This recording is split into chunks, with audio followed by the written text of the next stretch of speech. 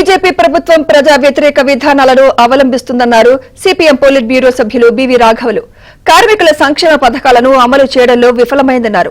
ఖమ్మం జిల్లా కొనిజర్ల మండలం లాలాపురంలో party senior నేత మధుసూదన్ రావు సంస్మరణ సభలో ఆయన పాల్గొన్నారు.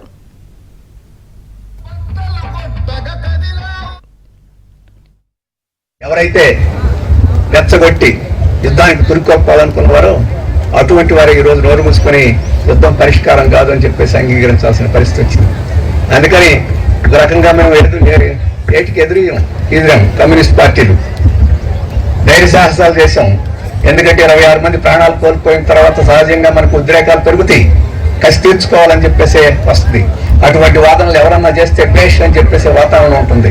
అటువంటి వాతావరణంలో ఆ వాతావరణానికి ఎదురు తిరిగి స్పష్టంగా ఈ దేశానికి ఏది మంచో ఏది చెడ్డో చెప్పగలిగిన వాడు కమ్యూనిస్టులే. అటువంటి కమ్యూనిస్టు వారసత్వం మనకి మధుసూదన్ రావు గారు ఇచ్చారు.